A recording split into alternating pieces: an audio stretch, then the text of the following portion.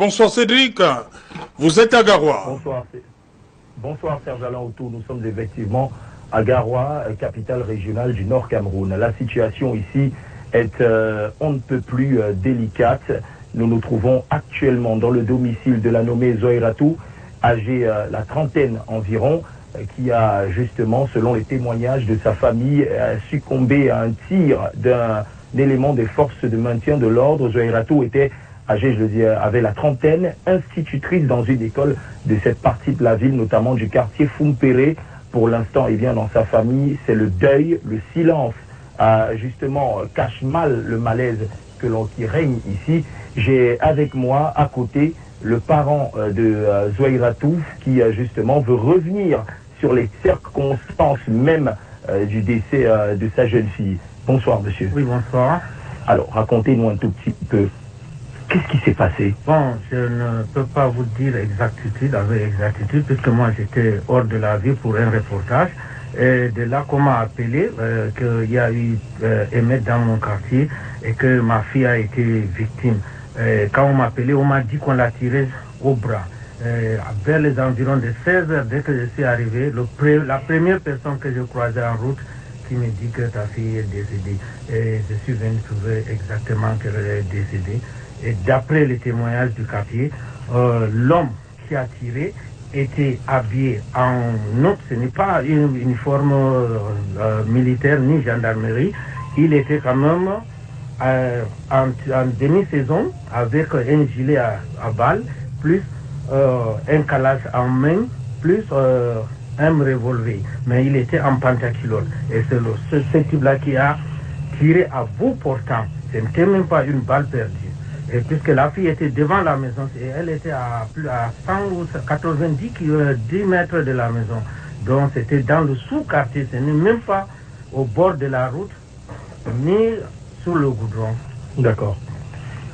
Eh bien, Serge Alain Autou, c'est le cœur lourd que cet homme a appris, vous l'avez entendu, le décès de sa jeune fille, Zoïratou, la trentaine, aujourd'hui qui justement est un symbole de la tension qui règne ici même dans la ville de Garoua, à l'heure où les autorités de la ville se sont réunies aujourd'hui même, levant une sorte de couvre-feu interdisant la circulation des engins à deux roues passé 20 heures.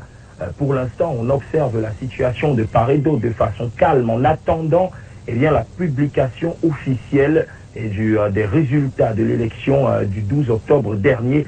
La situation à Garoua reste on ne peut plus tendue. Avec nous, justement, le parent de Zoïratou a pu photographier la douille dont il dit être responsable de la mort de sa fille.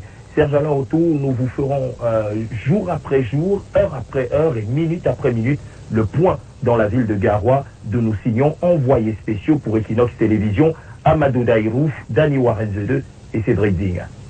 Merci Cédric Ding. Les gendarmes, ouais. Non, je fais d'abord la vidéo là. Ils sont en train de passer, il y a les militaires là-bas à l'intérieur de la soude de coton. Ils sont en train de...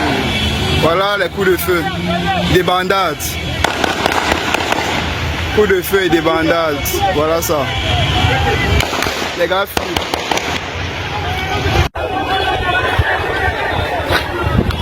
Ah.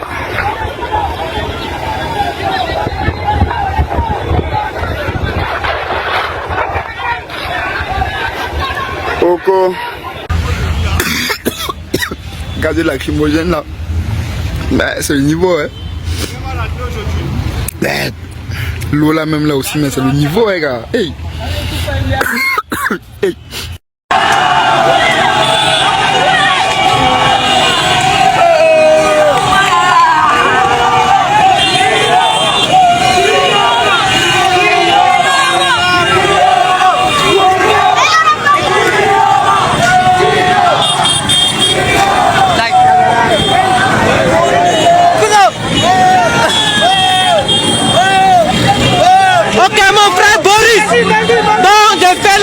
Pour toi, tu as dit qu'il n'y a rien.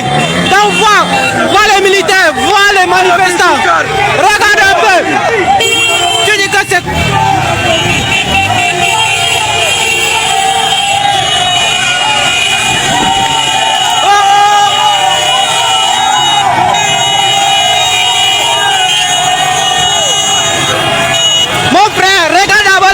militaires. Boris, regarde les militaires. Ils disent qu'ils n'ont pas de problème avec la population.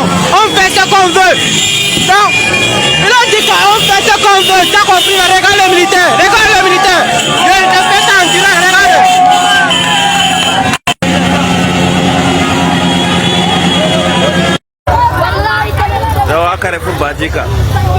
Carrefour Bajika wallahi Guruman wallahi nabe dari ato be do wada daga Carrefour Bajika adirtan sada serap dan sedala jabbo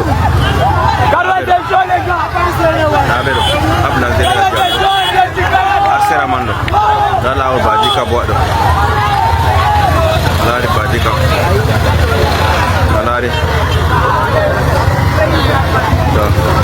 da embouteillage do en direct on direct la bindo dari ato